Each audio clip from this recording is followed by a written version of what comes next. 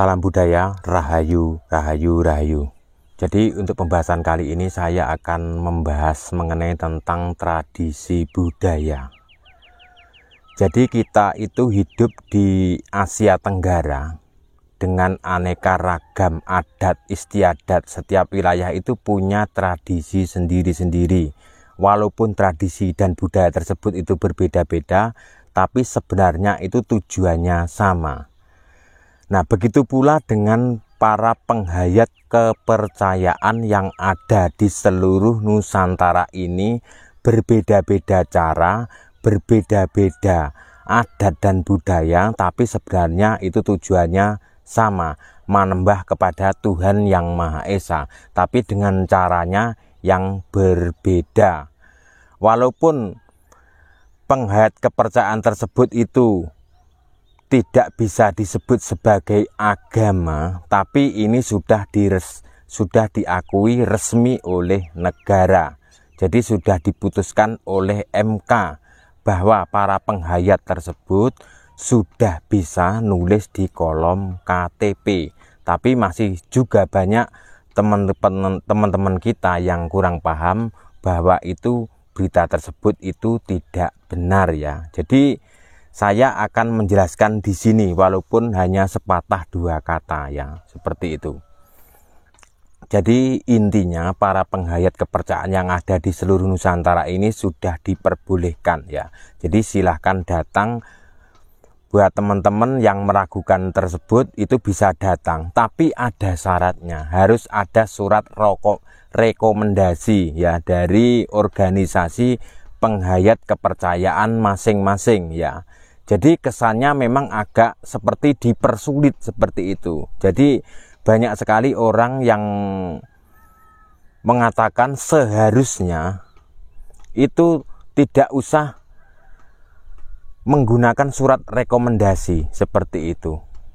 Ya memang kesannya agak dipersulit, tapi itu sudah keputusan dari pemerintah. Nah seperti itu. Jadi tidak apa-apa ya. Jadi surat rekomendasi tersebut tujuannya supaya nanti terarah bahwa ini kelompok ini ikut organisasi ini, kelompok ini ikut organisasi itu. Seperti itu tujuannya mungkin ya. Jadi walaupun para penghayat kepercayaan tersebut itu di Nusantara ini yang awalnya itu tidak ada yang menunjukkan atau secara sembunyi-sembunyi, tapi sekarang itu sudah resmi, sudah ada undang-undangnya bahwa itu sudah diakui negara.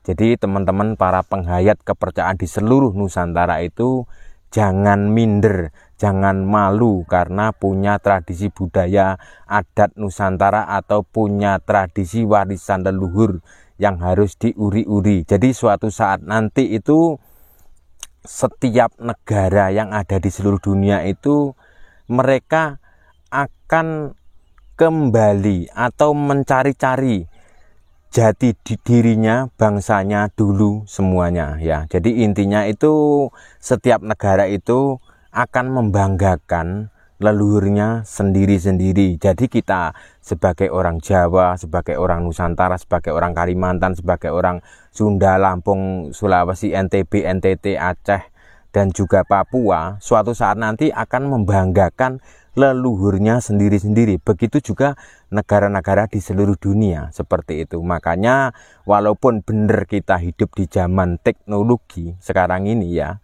tapi di sisi lain ya, jadi saya sudah sering sekali membahasnya. Contohnya seperti Pulau Bali yang sekarang ini terus menguri-nguri budaya warisan leluhur. Nah, manfaatnya apa? Manfaatnya ya orang-orang dari luar negeri yang sudah hidup dengan teknologi tinggi atau hidup di zaman kecanggihan, tapi mereka masih butuh sesuatu yang berbeda seperti apa yang ada di Bali.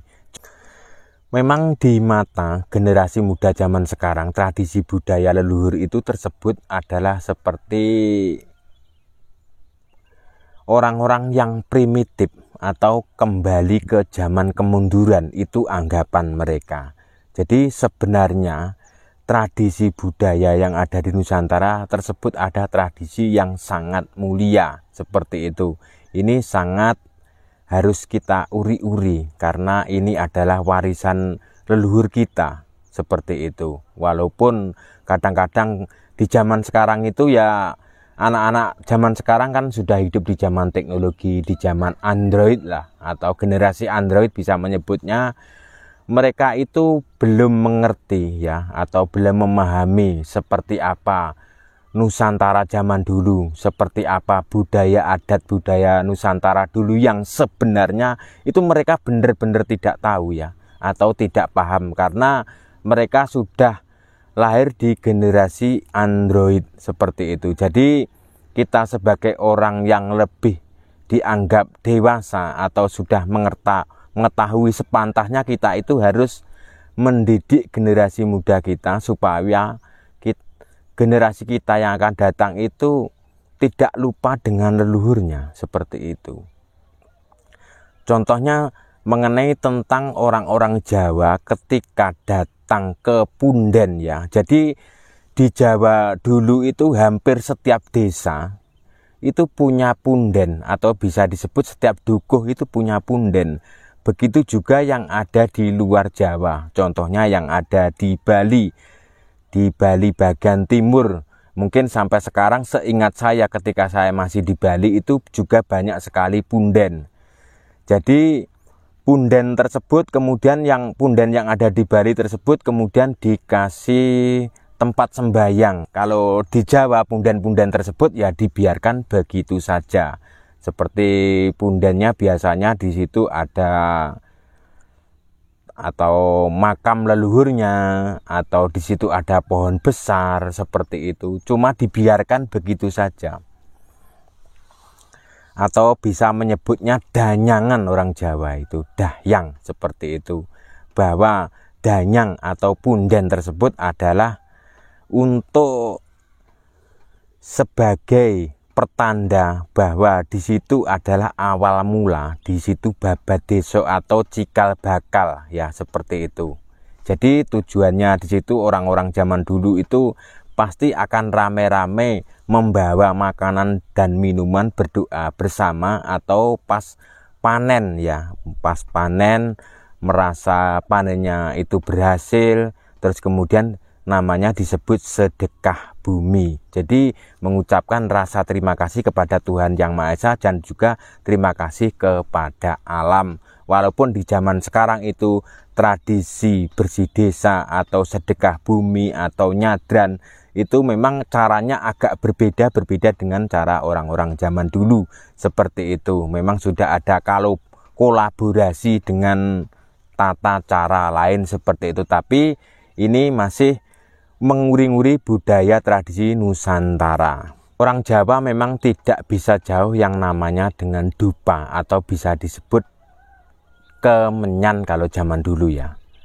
Nah ini ketika ada orang membakar dupa atau kemenyan, generasi-generasi kita yang sekarang ini menganggapnya, atau orang yang salah paham adalah orang-orang yang melakukan kesirikan seperti itu. Jadi sebenarnya orang membakar dupa tersebut tujuannya untuk menghadap kepada Tuhan Yang Maha Esa dengan cara yang berbeda. Sebenarnya tujuannya sama.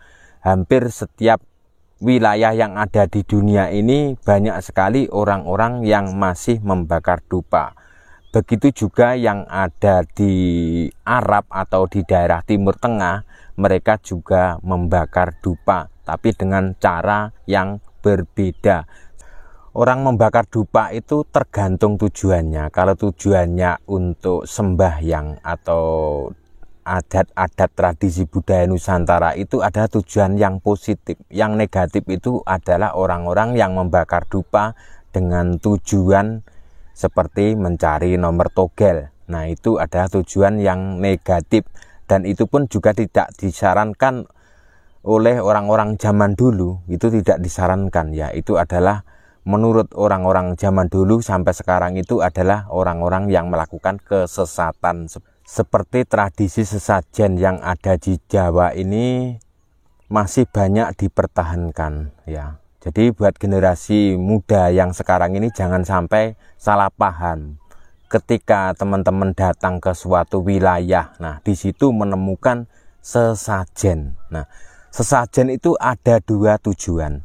Yang pertama adalah rasa syukur kepada alam dan juga kepada Tuhan Yang Maha Esa, seperti itu. Yang kedua, sesajen tersebut tujuan yang negatif. Nah, tidak tahu tujuannya, tergantung niatnya untuk apa. Ada yang mencari nomor toge seperti tadi, dan juga ada yang lainnya seperti itu. Memang ada dua tujuan. Jadi setiap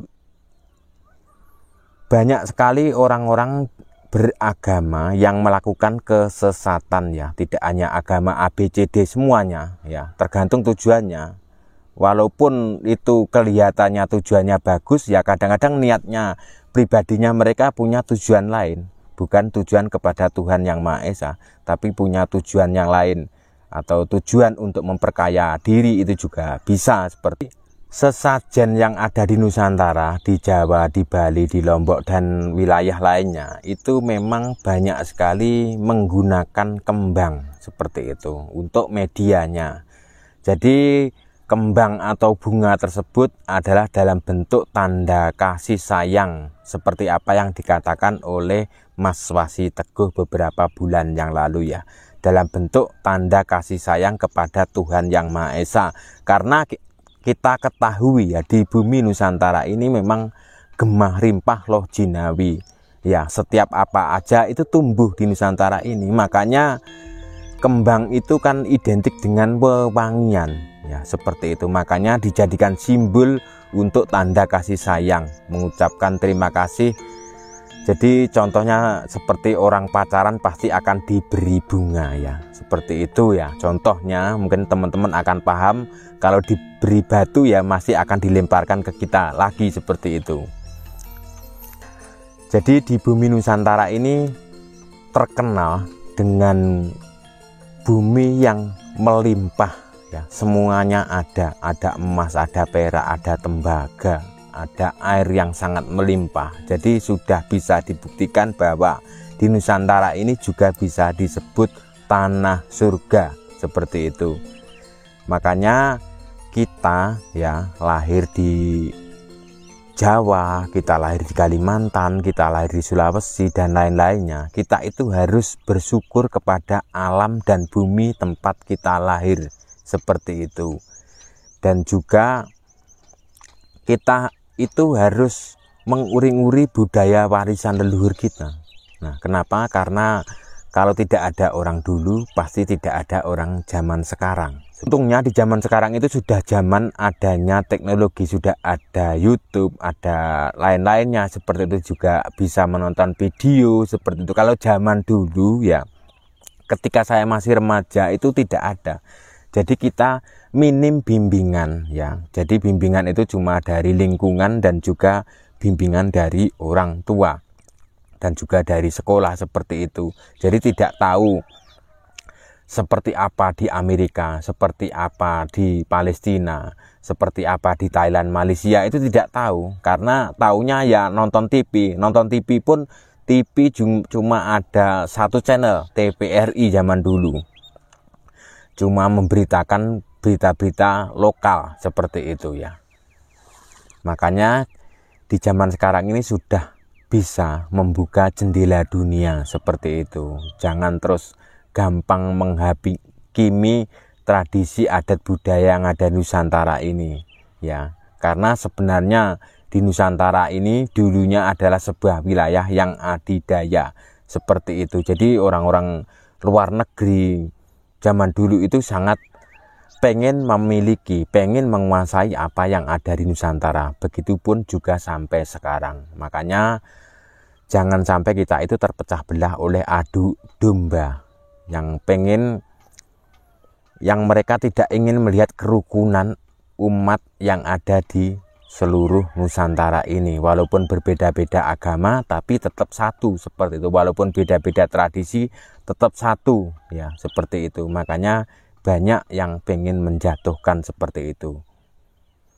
Jadi cukup sekian konten saya. Jika ada salah kata yang tanpa sengaja saya ucapkan, saya minta maaf yang sebesar-besarnya. Terima kasih. Salam budaya Nusantara.